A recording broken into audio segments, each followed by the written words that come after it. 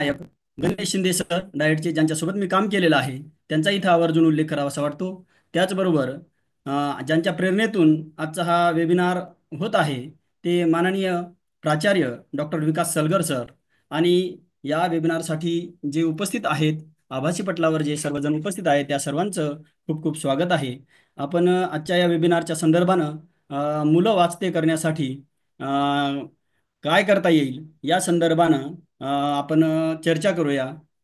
आणि निपुण महाराष्ट्र कार्यक्रमाअंतर्गत आजचा जो विषय आहे ते मुलांना मराठी वाचन करता यावं यासाठी. बहुसंख्य मुलं अशी आहेत की ज्यांना आजही वाचन करता येत नाही. आणि त्यासाठी काय करता येईल आणि वाचन मुलं करत नाहीत तर त्याची काय कारणं आहेत. त्यासाठी वेगवेगळ्या स्तरावरून प्रयत्न केले जात आहेत. आणि प्रयत्न करून सुद्धा बरेच अंशी आजही अशी मुलं आहेत जी अजूनही वाचनात मागे आहेत. त्यांची वाचनाची गाडी चुकलेली आहे. आणि या मुलांना वाचतं करण्यासाठी आपल्याला काय काय करता येईल या संदर्भानं आपण आजच्या या वेबिनारमध्ये चर्चा करणार आहोत. बघा, निपुण महाराष्ट्र हा जो जी आर आलेला आहे त्यापूर्वीच हिंगोली जिल्ह्यामध्ये 26 नोव्हेंबर पासून निपुण हिंगोली हा कार्यक्रम सुरू करण्यात आला होता. आणि या कार्यक्रमाच्या अनुषंगाने माननीय तत्कालीन जिल्हाधिकारी अभिनव गोयल सर यांनी पुढाकार घेऊन प्रत्यक्ष शाळा भेटी केल्या, शिक्षकांना कृती कार्यक्रम दिला आणि प्रत्यक्ष मुलं पाहिली. आणि त्यांनी ज्या तळमळीनं काम केलं त्या कामामुळं हिंगोली जिल्ह्यात मागच्या नोव्हेंबर आणि डिसेंबरमध्ये मोठ्या प्रमाणात काम उभं राहिलं. आणि सुरुवातीला जी मुलं 56%च वाचन करत होती ती 83%वर नंतर मुलं वाचन करताना शेवटच्या अध्ययन निश्चितीमध्ये दिसून आलेली आहेत. आणि त्या अनुषंगानं हिंगोली जिल्ह्यामध्ये मोठ्या प्रमाणात काम उभं राहिलेलं आहे. कारण जिल्हाधिकारी स्वतः शाळा भेटी करतात म्हटल्यावर सर्वांनाच ती एक प्रेरणा होती. ते एक उत्कृष्ट असं मार्गदर्शन होतं आणि त्या एका अनुषंगानं हिंगोली जिल्ह्यामध्ये मोठ्या प्रमाणावर काम उभं राहिलं. जे कोणी आजच्या वेबिनारमध्ये हिंगोली जिल्ह्याच्या संदर्भानं संपर्कात असतील त्यांना हे काम अगदी माहीत असेल, ऐकून असतील.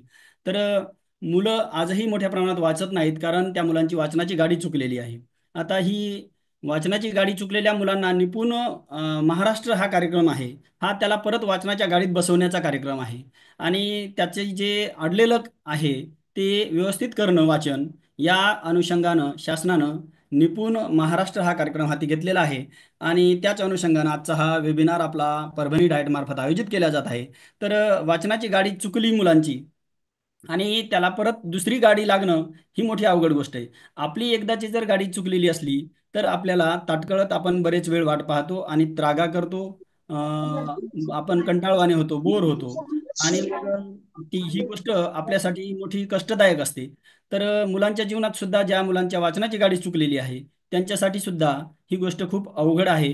आणि म्हणून या मुलांसाठी काय करता येईल तर या दृष्टीनं आपण आज पाहणार आहोत.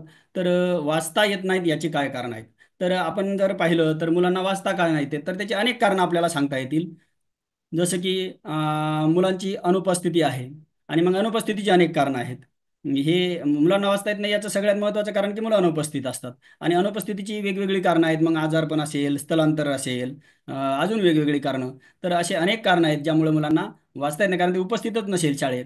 मोठ्या प्रमाणावर गैरहजेरी असेल, महिना महिना मुलं शाळेत येत नसतील, किंवा ते पहिल्या वर्गात ज्या वेळेला मुलं आलेलं आहे त्यावेळेला ते शाळेत आलं नाही आणि मग एकदम दुसऱ्या वर्गात आलंय, स्थलांतरित झालेलं असते. त्या अनेक कारणामुळं असं होतं की मुलांची वाचनाची गाडी चुकलेली असते. आणि या मुलांना परत वाचतं करता येण्यासाठी आपल्याला प्रयत्न करणं गरजेचं आहे. आता मानवीय स्वभाव आहे की जे आपल्याला जमत नाही त्याबद्दल भीती आणि न्यूनगंड निर्माण होतो. आता मुलाच्याही बाबतीत असंच घडतं. जर मोठ्यांच्या बाबतीत असं घडतं तर मुलांच्या बाबतीत असं घडतं. त्याला वाचताच येत नाही तर त्याला भीती वाटणं साहजिक आहे.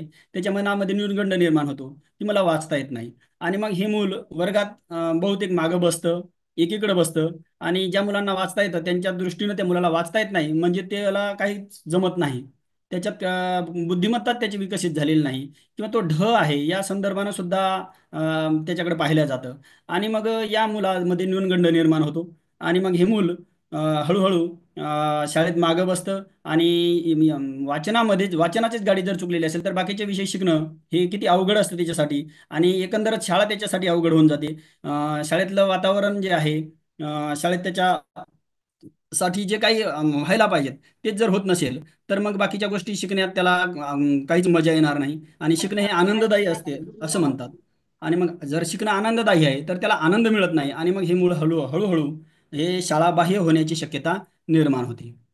ज्या मुलांना वाचता येत नाही त्या मुलाला वाचायला लावल्यावर त्याच्या बाबतीत काय घडते, असं जर आपण पाहिलं तर त्या मुलाला जर आपण पुस्तक दिलं आणि वाचायला लावलं तर त्याच्यावर खूप सारं बर्डन येतं. त्याचे हात थरथर कापायला लागतात, आणि त्या टेन्शनमुळं त्याला त्याच्या तोंडातून शब्दसुद्धा निघत नाहीत.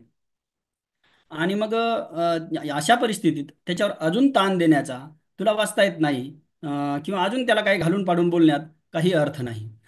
बरेचदा असं होतं की कोणीतरी परीक्षा यंत्रणा असेल, कोणीतरी वर्ग भेटीला शाळा भेटीला जातं, मूल भेटीला जातं. त्यावेळेला ज्या मुलाला वाचता येते ते उत्तर देतात, वाचतात. पण ज्या मुलाला वाचता येत नाही त्याच्याकडे जर गेलेत तर बाकीचेच मुलं इतर म्हणतात की सर त्याला विचारू नका, त्याला वाचता येत नाही.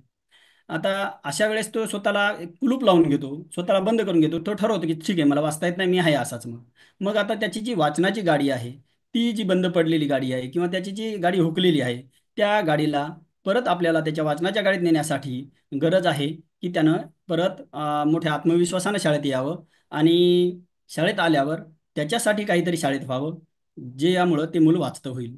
तर मुलांनी आपल्या शाळेत काय यावं, तर बालपण म्हणजे खेळपण आहे. त्याचा खेळ सोडून त्याने यायचं आहे. त्याची आजीची मांडी, आईचा पदर, कुत्र्याचं पिल्लू, हे सगळं वातावरण सोडून त्यानं आपल्या शाळेत यायचं. आणि काय यायचं तर त्याला वाचता येत नाही, आणि ते एका बाजूला दूर कुठंतरी बसलेलं असतं वर्गातही सुद्धा. वर्ग चालू असतो पण त्याच्यासाठी वर्गातलं काहीच नसतं. आणि मग अशा परिस्थितीत हे मूल हळूहळू हळूहळू शाळाबाह्य होण्याच्या शक्यता जास्त निर्माण होतात. आणि मग मुलांनी शाळेत काय यावं, तर मुलांनी शाळेत आनंद मिळतो म्हणून यावं, कारण शिकणं हे आनंददायी असतं.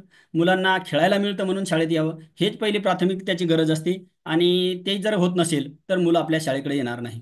आणि बहुतेक अशा मुलांच्या बाबतीत त्याला सन्मानाची वागणूक मिळत नाही. ते मूल मागं मागं मागं मागं राहतं, आणि मग काही दिवसानं ते शाळाबाह्य होतं. तर आपल्या शाळेत मुलांनी काय यावं, तर मुलांनी आनंद मिळण्यासाठी यावं, मुलांनी खेळण्यासाठी यावं, आणि शिकण्यासाठी यावं. आणि शिकणं हे आनंददायी असतं. शिकणं हे आनंददायी कसं असतं, तर कोणतीही गोष्ट आपण ज्यावेळेला पहिल्यांदा शिकतो त्यावेळेला ती आनंद मिळत असतो. जसं आपण पहिल्यांदा ईमेल करायला शिकलो, पहिल्यांदा सायकल चालवायला शिकलो, किंवा कार चालवायला शिकलो. तर यावेळेला सुरुवातीचे आपले अनुभव पाहिले तर आपल्याला त्याच्यातून खूप मोठा आनंद, मजा आली, आनंद मिळाला. पण मुलांच्या बाबतीत मात्र असं होत नाही, त्याला आनंद मिळत नाही. तर मग जर आनंदच मिळत नसेल तर मूल शिकत नाही. आणि जे कृष्णमूर्ती यांनी खूप चांगलं एक वाक्य या बाबतीत त्यांचं प्रसिद्ध आहे. त्यांना असं कोणीतरी विचारलं की शिकणं जर आनंददायी आहे तर मग मुलांना शिकताना मजा का येत नाही, आनंद का मिळत नाही. तर त्यावर कृष्णमूर्ती असं म्हणतात की जर शिक्षकांना शिकवताना मजा आली नाही, शिक्षकांना शिकवताना आनंद मिळाला नाही, तर मुलांना सुद्धा शिकताना आनंद मिळत नाही, मजा येत नाही. बघा किती आनंद ही एकाकडून दुसऱ्याकडे जाणारी गोष्ट आहे. म्हणजे शिक्षकांना सुद्धा शिकवताना मजा आली पाहिजेत, आनंद मिळाला पाहिजेत, आणि तेव्हाच मुलांना मिळणार आहे. म्हणून शिक्षकांनी दिवसातून 3 वेळा तरी किमान मुलं खळखळून हसतील असे जाणून बुजून विनोद केले पाहिजेत. मुलं आनंदी राहिले पाहिजे यासाठी काही कृती केल्या पाहिजेत, काही ॲक्टिव्हिटी केल्या पाहिजेत. आणि हे करणं खूप गरजेचं आहे. आणि यासाठीच मुलं शाळेत येत असतात. काही जादुई शब्द असतात मानवी स्वभावात, आणि या जादुई शब्दामुळे मुलांचं व्यक्तिमत्व घडत असते, माणसाचं व्यक्तिमत्व घडत असते. साहजिक आहे, आपण एखाद्याला नकारात्मक बोललो, नकारात्मक बोललो तर तो एक दिवस तर असं होतं की तो तसाच बनतो. तर जर आपण त्याच्या बाबतीत चांगलं बोललो तर चांगलं घडत असतं. तर काही जादू शब्द आहेत जसं प्रेरणा देणं आहे, सन्मान करणं आहे, आणि आत्मविश्वास आहे. तर यामुळं मुलं आत्मविश्वासानं प्रेरित होऊन शिकायला तयार होतात. बहुतेकदा ज्या मुलाला वाचता येत नाही त्याचा सन्मान केला जात नाही, त्याच्याकडं वेगळ्या दृष्टिकोनातून पाहिलं जातं. आणि जसं शिक्षकांच्या बाबतीत घडतं, शिक्षक अनावधानानं घडत असलं तरी मुलांच्या बाबतीत मात्र हे निश्चितच घडतं की त्या मुलाला इतर मुलं, तुला वाचता येत नाही, तुझ्यात कमतरता आहे, हे वेळोवेळी जाणीव करून दिल्या जाते. त्याला वेगळी वागणूक दिल्या जाते, आणि मग त्याचा आत्मसन्मान हरवला जातो. हा सन्मान मिळवून देण्याचं काम खरं तर गुरुजीचं आहे, त्याच्यात आत्मविश्वास निर्माण करण्याचं काम गुरुजीचं आहे, आणि त्याला प्रेरणा देण्याचं काम गुरुजीचं आहे. गुरुजीनं पाठीवर हात ठेवून नुसतंच लढ म्हणा, हे जे आपण कवितेत वाचतो, ते या लहान मुलांना सुद्धा गरजेचं असतं की शिक्षकाकडून प्रेरणा मिळणं. छान, तू आज वाचतोय, जमतंय तुला, हे हे गोष्ट खूप महत्त्वाची असतात. तोतोचान हे जगप्रसिद्ध पुस्तक आहे, आणि त्याच्यातली ती जी तोतोचान आहे त्या तोत्ताचानला ते मुख्याध्यापक कोयाबाशी म्हणायचे नेहमी की तू एक छान मुलगी आहेस. त्यावेळेला ती टुनकून उडी मारायची आणि त्याच्यामुळे तिला प्रेरित व्हायची की मी छान मुलगी आहे, मला शिकायचं आहे. अशा प्रकारे अनेक शब्द जे आहेत ते विद्यार्थ्याच्या मनावर चांगले आणि वाईट व्यक्तिमत्वावर परिणाम करत असतात. तर शिक्षकांनी विद्यार्थ्याला प्रेरित केलं पाहिजे, त्याच्या व्यक्तिमत्वाचा सन्मान केला पाहिजे आणि त्याच्यात आत्मविश्वास निर्माण केला पाहिजे. तेव्हा ते शिकायला तयार होणार आहे. आपण जर पाहिलं तर काही मूलभूत क्षमता आहेत ज्या आपल्याला ज्याच्यावर काम करायचं आहे. तर आपल्या सर्वांनाच हे माहीत आहे की श्रवण, भाषण, वाचन आणि लेखन ह्या मूलभूत क्षमता आहेत ज्याच्यावर आपण काम करतो. तर श्रवण हे मुलं जन्मताच त्याचा कान विकसित करण्यासाठीचे जे आवाज असतात त्याच्याकडं पाहणं, आकर्षित होणं, तर हे श्रवण ते घरूनच करून आलेलं असतं. त्याचा कान तयार होत असतो. श्रवणाबरोबरच ते भाषण म्हणजेच त्याचं जे बोलणं आहे ते सुद्धा घेऊन आलेलं असतं. ह्या दोन क्षमता जर मुलं घेऊन आलेलं नसेल तर पुढच्या क्षमता विकसित होणार नाहीत. आपण काही ज्ञानेश्वर नाहीत की कोणत्याही रेड्याच्या डोक्यावर ठेवला आणि तो वेद म्हणेल.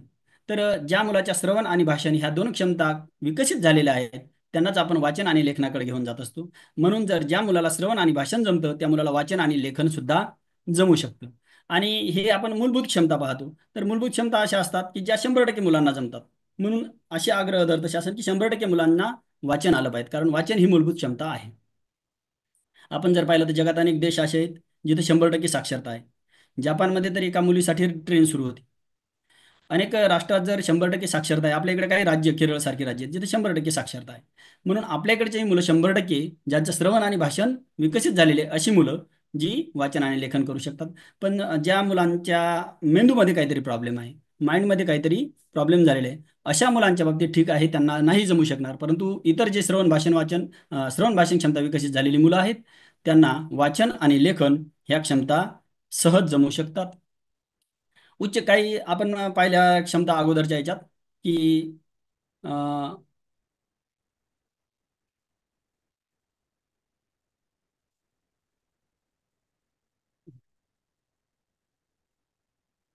हं. या ज्या मूलभूत क्षमता होत्या तशाच काही उच्च बोधात्मक क्षमता आहेत. जसं चिकित्सक विचार करणं आहे, कल्पना विस्तार करणं आहे, सर्जनशीलता आहे, रसग्रहण, रसस्वाद आहेत. तर ह्या क्षमता ठीक आहे की जसं हार्वर्ड गार्डननं म्हटलेलं आहे की 9 प्रकारच्या बुद्धिमत्ता असतात. तर यापैकी तो असं म्हणतो गार्डनर की बहुतेक व्यक्तींच्या एक किंवा दोन क्षमता ह्या विकसित झालेल्या असतात. क्वचित एखादा गॉड गिफ्ट असतो जो शेकडोमध्ये किंवा लाखामध्ये एक असतो ज्याच्या सगळ्या क्षमता विकसित झालेल्या असतात. तर ह्या क्षमता ज्याच्या विकसित झालेल्या आहेत तो कल्पना विस्तार करेल, चांगल्या चांगल्या कविता करेल, चांगले लेख लिहिल, चांगला लेखक होईल. ज्याला रसग्रहण रसास्वाद करता येते त्याला साहित्याचा आस्वाद घेता येईल. ज्याच्यात सर्जनशीलता आहे तो नवीन निर्माण करेल, चिकित्सक विचार करणार. तर ह्या उच्च बोधात्मक क्षमता आहेत. ह्या 100% मुलांच्या आल्या पाहिजेत असं अपेक्षित नाही, परंतु ज्या मूलभूत क्षमता आहेत त्या मात्र 100% मुलांना आल्या पाहिजेत असं अपेक्षित करण्यात आलेलं आहे. आता आपण पाहू मुलांसोबत करायच्या काही कृती. ज्या वेळेला मूल शाळेत येतं आणि आपल्याला त्याला वाचन शिकवायचं असतं त्यावेळेला त्याच्यासोबत काय काय करता येईल. आता ह्याच कृती परिपूर्ण आहेत असं नाही किंवा ह्याच घेतल्या पाहिजेत असं काही नाही. परंतु ह्या जर घेतल्या तर आपलं वाचनाचं काम सोपं होणार आहे. मुलाची जी वाचनाची गाडी चुकलेली आहे त्याला गाडीत बसवण्यासाठी एक काम त्याचं सोपं होणार आहे.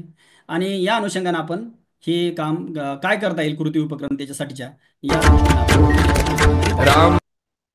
बघा. चला गप्पा करूया. पहिल्या येतात औपचारिक गप्पा आणि अनौपचारिक गप्पा. तर शाळेमध्ये ज्या वेळेला मूल येतं त्यावेळेला त्याला बोलण्याची संधी मिळणं गरजेचं आहे. बरेचदा शिक्षक बोलत असतात आणि मुलं ऐकत असतात. आणि आपण त्याला म्हणतो विद्यार्थी केंद्रित अध्यापन पद्धती. आपण कितीही आज जरी विद्यार्थी केंद्रित अध्यापन पद्धती म्हणत असलो तरी ती शिक्षक केंद्रितच आहे. आणि मुलांना बोलण्याची संधी मिळणं, त्याला व्यक्त होणं ही त्याची गरज आहे. त्याच्या व्यक्तिमत्वाच्या विकासासाठी गरज आहे, त्याच्या शिकण्यासाठी गरज आहे. म्हणून मुलांसोबत गप्पा मारणं, त्याला बोलण्याची संधी देणं ही वर्गामध्ये होणं गरजेचं आहे. आपण ज्या तत्वज्ञानचं अगोदर उदाहरण पाहिलं होतं त्याच्या बाबतीत तिनं लिहिलेल्या त्या पुस्तकामध्ये असं ती म्हणते की ज्या वेळेला तिच्या आईनं तिला त्या कोयाबाशीच्या 6 डब्याच्या रेल्वेच्या शाळेत आणलं त्यावेळेला ते मुख्याध्यापकांच्या त्या कॅबिनमध्ये गेले आणि तिच्या आईला कोयाबाशी मुख्याध्यापक जे आहेत ते त्या शाळेचे ते म्हणतात की हे आमचे विद्यार्थी आहे, तुम्ही जा आता. आणि त्या तोत्ताचानच्या पुढे ते खुर्ची टाकून बसले, तिला बसायला सांगितलं. आणि तिला म्हटलं की चल आता तुला सांग काय काय सांगायचं आहे, काय काय बोलता येते, तुला काय माहिती आहे त्यावर बोलू आपण. आणि त्या मुलीनं जे बोलायला सुरुवात केली, मग तिचा तो पिवळा फ्रॉक कसा आहे, ती गार्डनमध्ये जाताना तो कसा फाटला, तिच्या घरचं कुत्रा, याच्याबद्दल सगळं बोलते ती. आणि कोयाबाशी डोक्यावर एकही आठी न आणता दुपारपर्यंत ते ऐकून घेतात. आणि त्यावेळेला तो तुझ्या असं म्हणते की अरे मला आज पहिल्यांदा असं वाटलं की माझ्याकडे सांगण्यासारखं खूप कमी आहे. इतक्या दिवस तिचं एवढं ऐकणारं कोणीच नव्हतं. तर मुलांना व्यक्त होण्यासाठी, मुलांना बोलतं करण्यासाठी आणि मुलं बोलली पाहिजेत याच्यासाठी औपचारिक गप्पा, अनौपचारिक गप्पा ह्या मुलांसोबत व्हायला पाहिजेत. ज्या विषय आहे त्यांच्याकडे, त्यांची जो गाय, वासरू, बैल, बकरी, जे काही विषय असतील त्यांचे ग्रामीण भागातले, तो विषय घेऊन त्याच्यावर गप्पा होणं हे अतिशय गरजेची गोष्ट आहे. आणि हे जर होत असतील तर मुलं व्यक्त होतात, मुलं बोलतात. अन्यथा परीक्षा यंत्रणा किंवा कोणीतरी शाळा भेटीला आलं त्यावेळेला मुलं बोलती होत नाहीत. आणि मग शिक्षकांचा अशी समज होतो की कोणीतरी नवीन माणूस आहे, मग त्यांना भीती वाटली म्हणून मुलं बोलली नाहीत. तर या संदर्भानं काही उपक्रम आपल्याला घेता येतील. जसं चहा आहे, तर चहाची कृती कशी? तर मग सुरुवातीला साहित्य काय काय लागेल चहाचं? चहासाठी साहित्याची यादी, आणि या साहित्याच्या यादीनंतर मग चहा करण्याचा क्रम जो आहे तो, आणि हा क्रम म्हणजे चहा करण्याची कृती त्यांच्या समोर घ्यायची आणि मग आपण सुरुवातीपासून काय-काय केलं हे लिहायचं. अशा प्रकारची ही कृती आहे. त्यानंतर पोहे आपण घेऊ शकतो म्हणजे त्याचप्रमाणे ते साहित्य, करण्याची पद्धत या संदर्भानं भेळ आणि सरबत यापैकी कोणतीही एखादी कृती आपण जर घेतली आणि त्या कृतीबद्दल चर्चा केली आणि मग ते काय-काय केलं सुरुवातीपासून ते जर लिहिलं, जे बोलल्या जातं, ते लिहिता येतं, हा संस्कार मुलांच्या मनावर होतो. खरं तर ही कृती म्हणजे 1ली-2रीच्या वर्गात घेणं अत्यंत महत्त्वाचं आहे. Lei sul proprio त्यावेळेला जे बोलल्या जातं, ते लिहिल्या जातं. हे हा संस्कार बहुतेक मुलांच्या मनावर बिंबवलेला असतो. परंतु लय अवघड आहे. प्राथमिक शिक्षणामध्ये सुरुवातीच्या काळात या लय कृती सोपा प्रोग्राम. मुलांसोबत जर घेतल्या, तर खूप मोठा फायदा होतो आणि मुलं जे बोलल्या जातं, ते लिहिता येतं, हा संस्कार सुद्धा त्यांच्यावर बिंबवला जातो. त्याचबरोबर श्रवणामध्ये मुलांचा कान विकसित होण्यामध्ये, कारण तुम्हाला जर तानसेन व्हायचं असेल, तर अगोदर कानसेन होणं गरजेचं आहे, असं म्हटलं जातं. आणि यामध्ये सगळ्यात महत्त्वाची गोष्ट काय असेल, तर कान विकसित होण्यासाठी गाणी, कविता, बडबड गीतं, गोष्ट सांगणे ह्या मुलांसोबत झाल्या पाहिजेत. बरेचदा नुसतं पाठ्यपुस्तकातील कविता तेवढ्याच मुलांसोबत घेतल्या जातात किंवा तेवढ्याच मुलांना नेहमी-नेहमी म्हणण्याची संधी मिळते. परंतु असंख्य बडबड गीतं, असंख्य गाणी, असंख्य कविता या मुलांसोबत म्हटल्या गेल्या पाहिजेत. राहून म्हणजे ठराविक अंतराने त्या झाल्या पाहिजेत. कारण मुलांचा कान तयार होण्यासाठी ह्या जादुई काम करतात.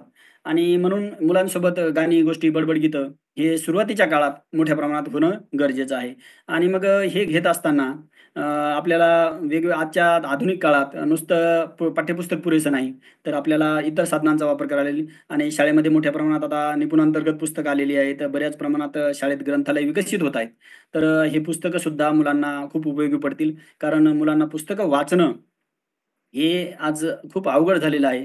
जिथं समृद्ध घरातील मुलं जरी असतील, आर्थिकदृष्ट्या समृद्ध घरातील मुलं सुद्धा पुस्तकं वाचत नाहीत. आणि बरेचदा अशी ओरड केली जाते, की मुलं पुस्तकं वाचत नाहीत. तर मुलं पुस्तकं का वाचत नाहीत? तर मोठी पुस्तकं वाचत नाहीत म्हणून. हा एक त्याच्यातला असंही सांगितलं जातं, की मोठी माणसं जे करतात, तेच लहान मुलं करतात. मग आता माझ्या घरातली पुस्तकं कुठं आहेत? तर जिथं मुलांचा हात पोहोचत नाही अशा ठिकाणी, सुरक्षित ठिकाणी. आणि मग मुलांना जर सहजच पुस्तकं हातात मिळत नसतील, मुलं पुस्तकं वाचत नाहीत. आपण जर पाहिलं कुठल्याही घरातलं चित्र पाहिलं, तर मम्मी टीव्ही पाहत आहे, पप्पा मोबाईल खेळत आहेत आणि आपली अपेक्षा असते, की मुलांनी पुस्तकं वाचली पाहिजेत. तर असं होणार नाही. मोठी जी तेच लहान मुलं करतात. म्हणून घरात आपण सर्वांनी पुस्तकं वाचली पाहिजेत. पुस्तक वाचण्याचा संस्कार त्यांच्यावर बिंबवला पाहिजेत आणि या संदर्भानं आपण तरी म्हणजे सुशिक्षित घरातून आहेत, जिथं रोज काबाड कष्ट करणारे आहेत, शेतमजुरी करणारे शेतकरी आहेत. त्यांच्या घरात तर हे अध्ययन समृद्ध जे वातावरण आहे, ते बहुतेक नसतं.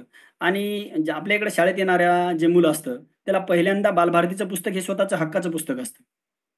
त्या अगोदर त्याला कोणी पुस्तक गिफ्ट केलेलं नसतं. स्वतःचं म्हणून त्याचं स्वतःचं असं काही पुस्तक नसतं.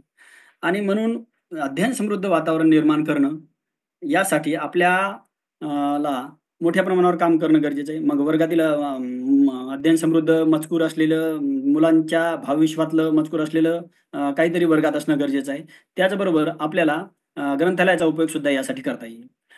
तर गाणी, कविता, बडबड गीतं यांचा मोठ्या प्रमाणात सराव हा सुरुवातीच्या काळात घेणं गरजेचं आहे, की नक्की सुरुवातीलाच त्याला एखादा अक्षरगट देणं किंवा अक्षरं शिकवणं याच्याकडे जाण्याऐवजी सुरुवातीला मी गाणी घेतली, त्याच्यासोबत कविता घेतली, एखादं बडबड गीत घेतलं आणि मग पुढच्या गोष्टी सुरू केल्या, तर हे खूप उपयोगाचं ठरतं. त्याचबरोबर गोष्ट सांगणं. आज जर मुलांना विचारलं, "तुला गोष्ट कुठून माहीत झाली किंवा कुठं असते गोष्ट, असं जर त्याला विचारलं, तर तो असं नाही सांगत, की मला कोणीतरी आजीनं सांगितली, आजोबानं सांगितली, मम्मीनं सांगितली किंवा शिक्षकाने सांगितली. हेही तुरळक घडतं. कारण आजकाल मोठी माणसं लहान मुलांना गोष्टी सांगत नाहीत. पूर्वीच्या काळी मोठ्या प्रमाणावर गोष्टी सांगितल्या जायच्या. आणि गोष्टी सांगणारी विद्यापीठं आता बंद झालेली आहेत. मग शेकोटीवर गोष्टी सांगितल्या जायच्या, शेतात जागलीवर गोष्टी सांगितल्या जायच्या, आजी गोष्ट सांगायची अंगणात. ह्या सगळं गोष्ट सांगणारं विद्यापीठ आता बंद झालेलं आहे. आणि मुलांना जर विचारलं आपण, की गोष्ट कुठं असतं? तर ते म्हणतील YouTubeला गोष्ट असते.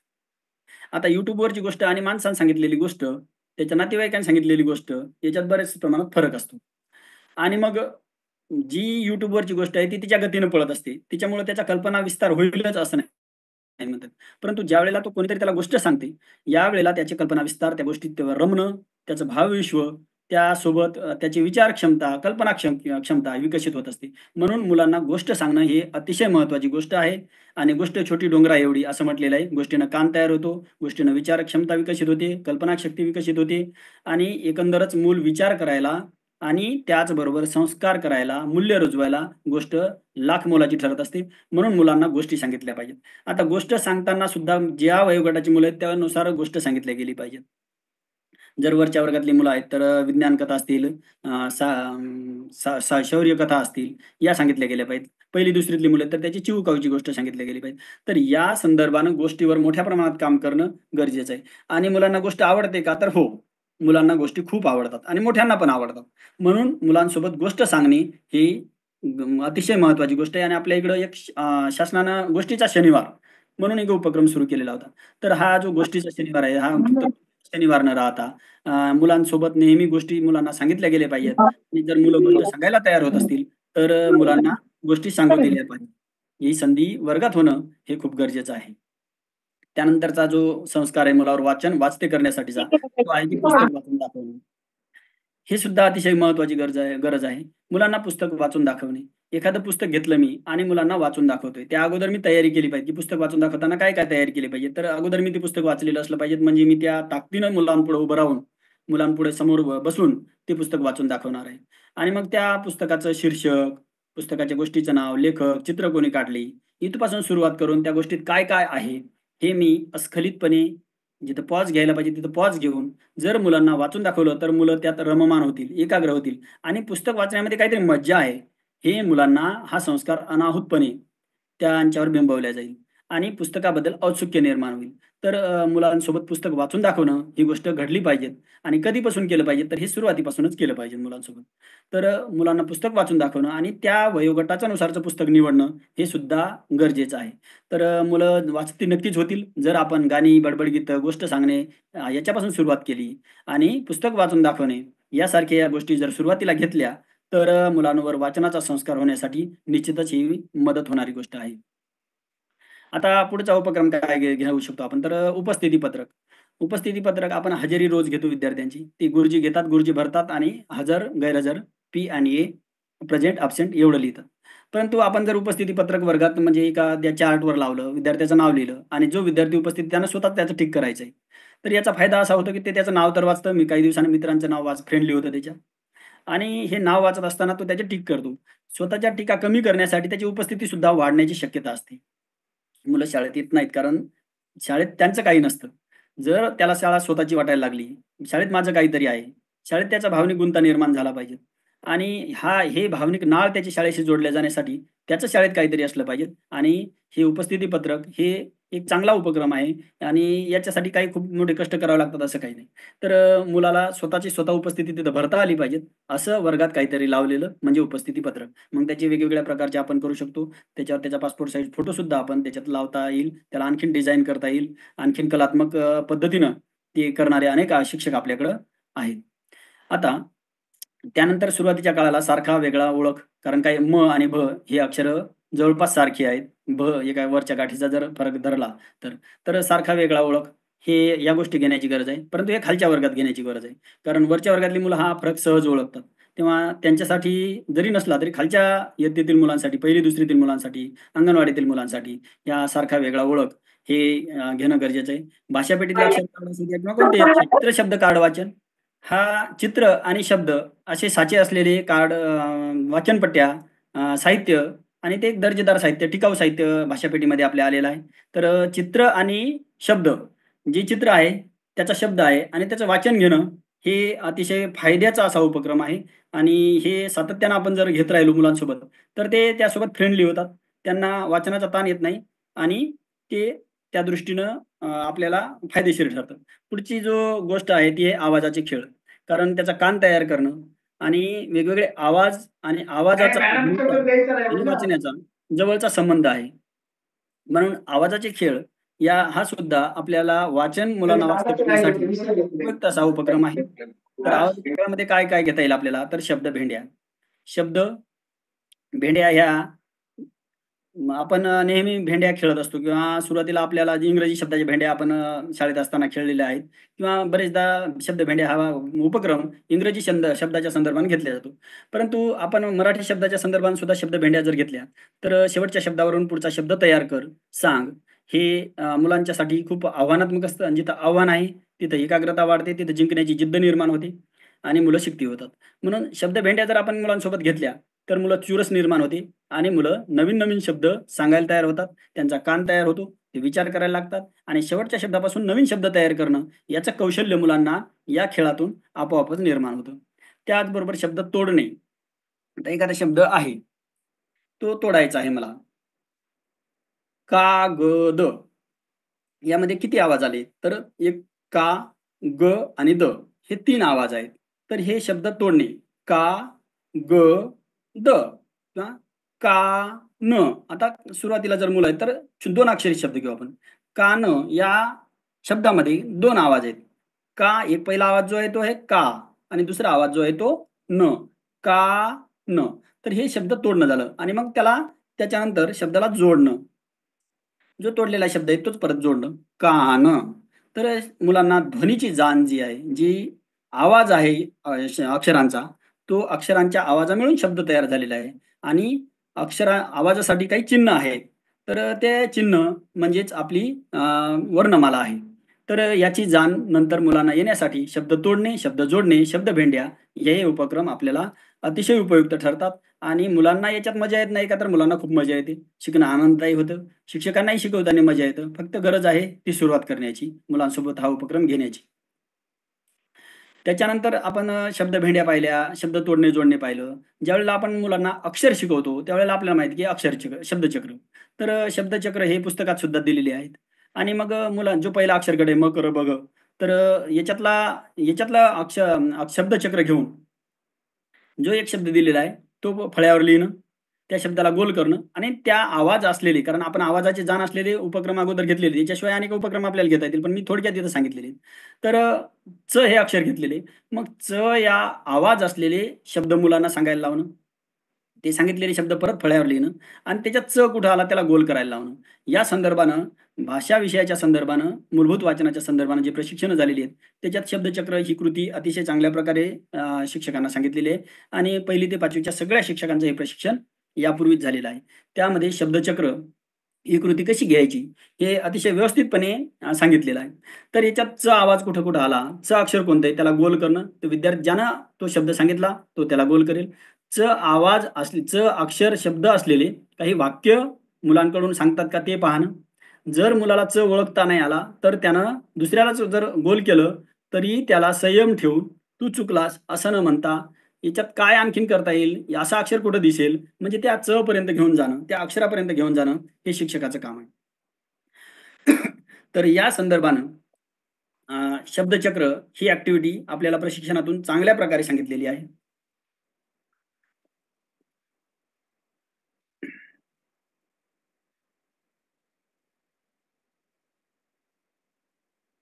स्वरचिन्हाचा परिचय. अक्षरं मुलांना काही येतात. एखादा अक्षरगट मुलांना येतं. पण स्वरचिन्ह त्याला जोडलं, की मग मुलाची गाडी वाचनाची अडकते. आणि त्याच्या पूर्वीच्या काळी तर कलकाना का, कला वेलांटी की, कला उकार कू या पद्धतीनं मुलांना वाचनाचा सराव दिला गेला. आणि मग असा सराव जर मुलांना दिला जात असेल, तर ते वाचताना सुद्धा कलाकाना काच वाचणार.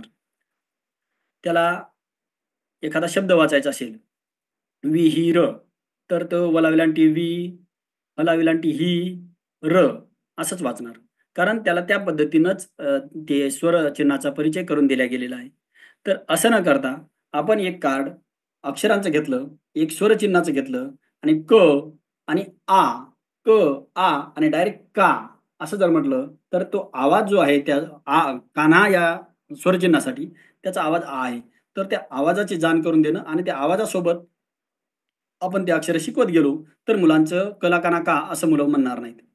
आणि स्वर, अक्षरं ही आवाजासाठीची चिन्ह आहेत आणि ती आवाजाशी सांगड घालत-घालत शिकवल्या गेली, तर मुलांचं शिकणं सोपं होतं. म्हणून आवाजाशी सांगड घालणं, आवाजाचे खेळ घेणं आणि स्वरचिन्हाचा परिचय एखाद्या चित्राच्या माध्यमातून अ, कार्डच्या सहाय्यानं करून देणं, हे अतिशय महत्त्वाची गोष्ट असते. ज्यामुळं मुलाचा वाचनाचा ताण कमी होईल.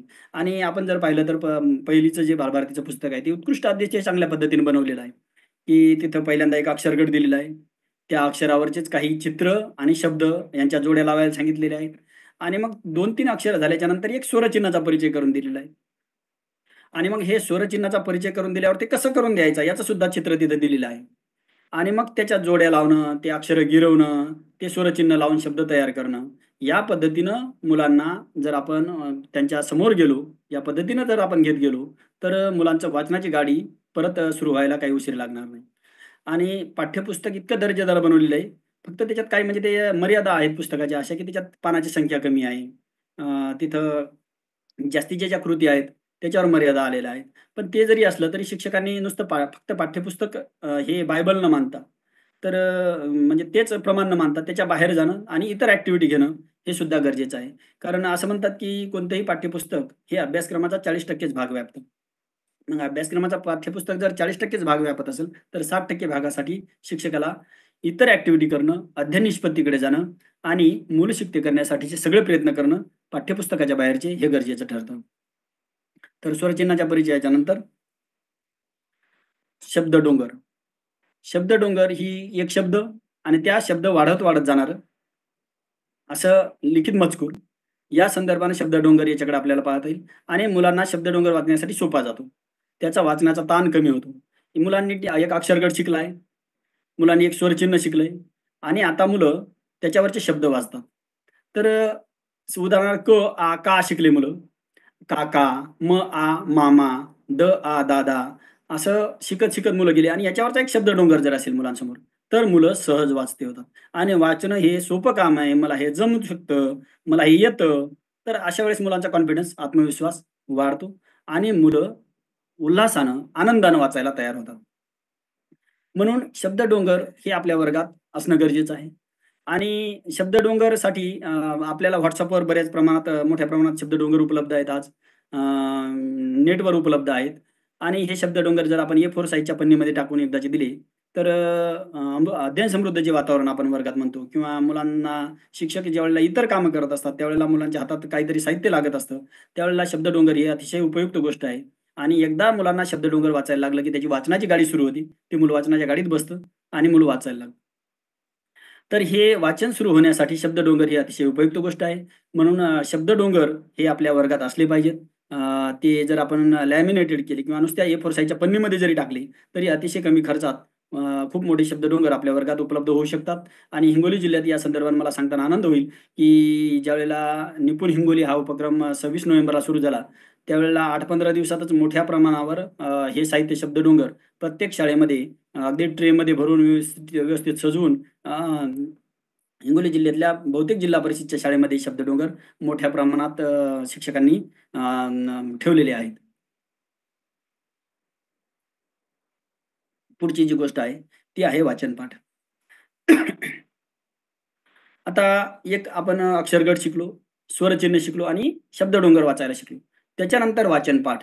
तर वाचनपाठ हा एक वाचनपाठ आहे, तो एक विशिष्ट अक्षरगटावर तयार केलेला आहे आणि हा वाचनपाठ मुलांना ज्यावेळेला वाचायला आपण देतो, त्यावेळेला एकतर ते आपण काय सुरुवातीला आहे सर्व वाचन घेता येणार झालं ह्याच्यातच गटपटून राहावं लागेल.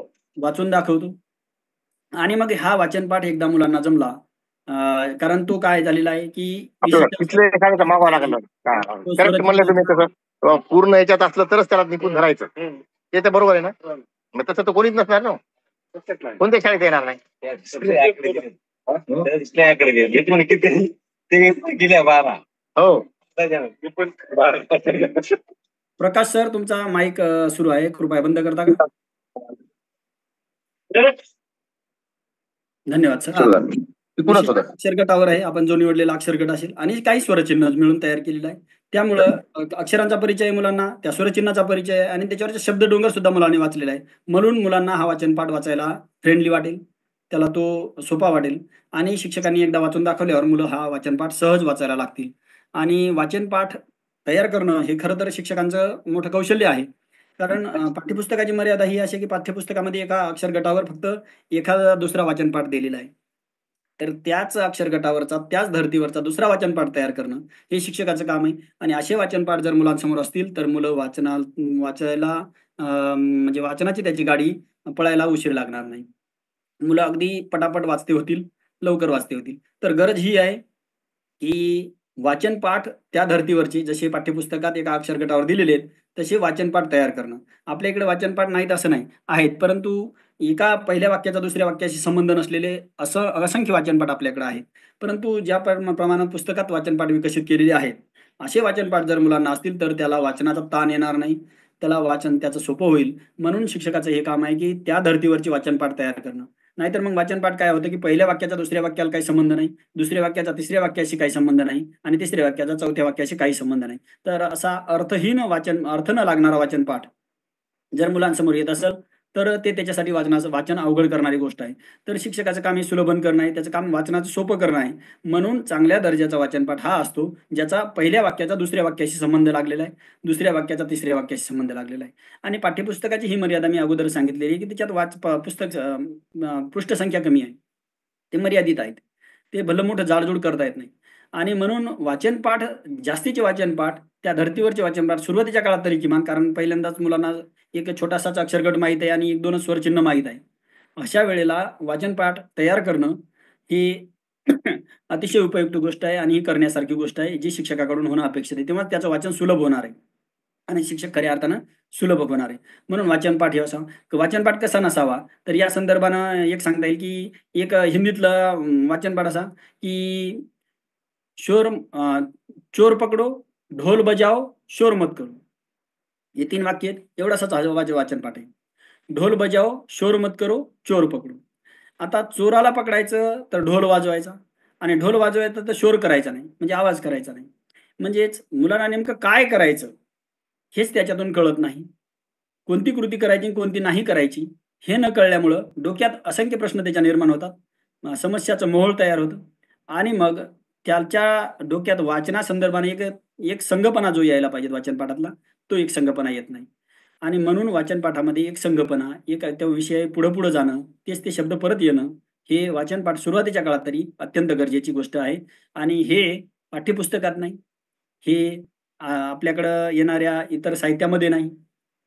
म्हणून शिक्षकांनी सुरुवातीच्या काळात एक चांगला वाचनपाठ, ज्याच्यात तोच अक्षरगट असेल, तेच स्वरचिन्ह असतील, असा वाचनपाठ आणि ज्याचा पहिल्या वाक्याच्या दुसऱ्या वाक्यात संदर्भ असेल, या संदर्भानं वाचनपाठ तयार करणं आणि तो मुलांना वाचायला देणं, हे अतिशय उपयुक्त गोष्ट आहे. यामुळं मुलांचं वाचन सोपं होणार आहे.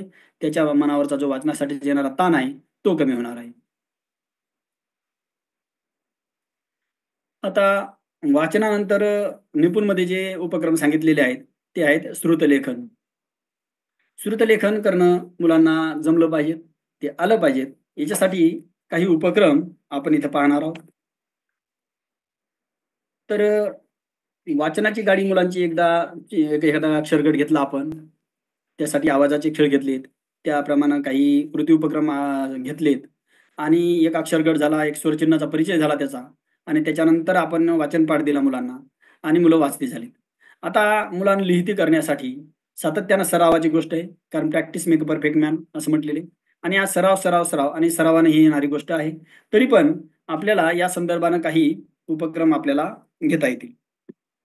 जे की पहिला उपक्रम आहे, की चित्र पहा आणि शब्द लिहा.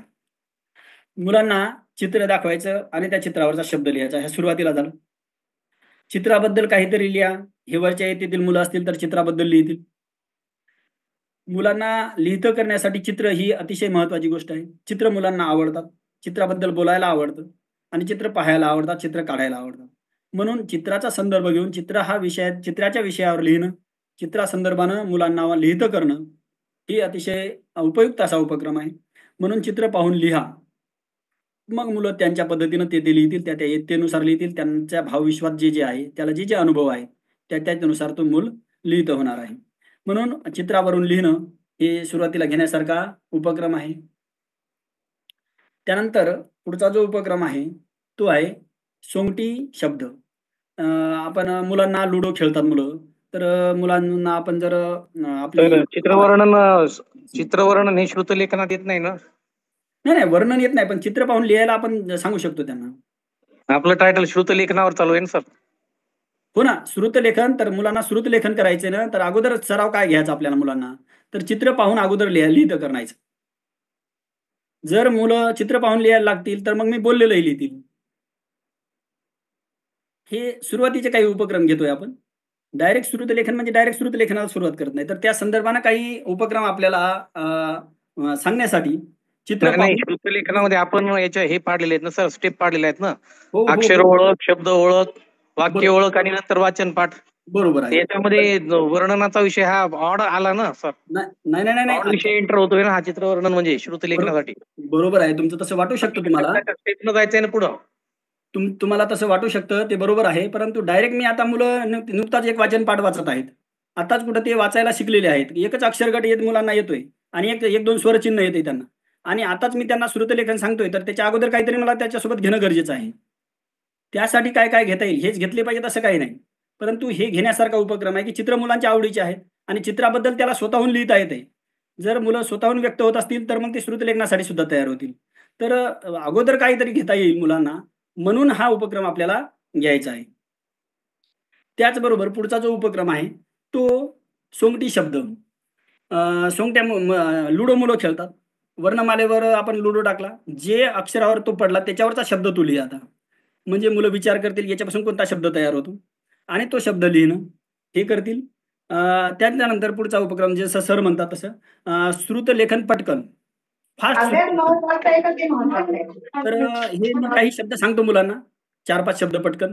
कागद, मडक, दरवाजा, दार, घर, असे मी शब्द पट सांगत आहे. मुलं डोक्यात ठेवतील आणि एकाच वेळेस ते ऐकून किती शब्द लिहू शकतात या संदर्भानं आपल्याला त्यांना सराव देण्यासाठी, हे सरावासाठी आहे. तर हे शब्द असे किती लिहितात. त्याचबरोबर गटात श्रुतलेखन. एक गट आहे, तो शब्द सांगेल, दुसऱ्यानं ऐकायचा, लिहायचा. पुढचा गट आहे, त्याच्या शेवटच्या अक्षरावरून पुढचा शब्द सांगतील. शब्द भेंड्या जसं आपण घेतो, तसं ते गटात श्रुतलेखन होईल. चुकीचा शब्द बरोबर करा.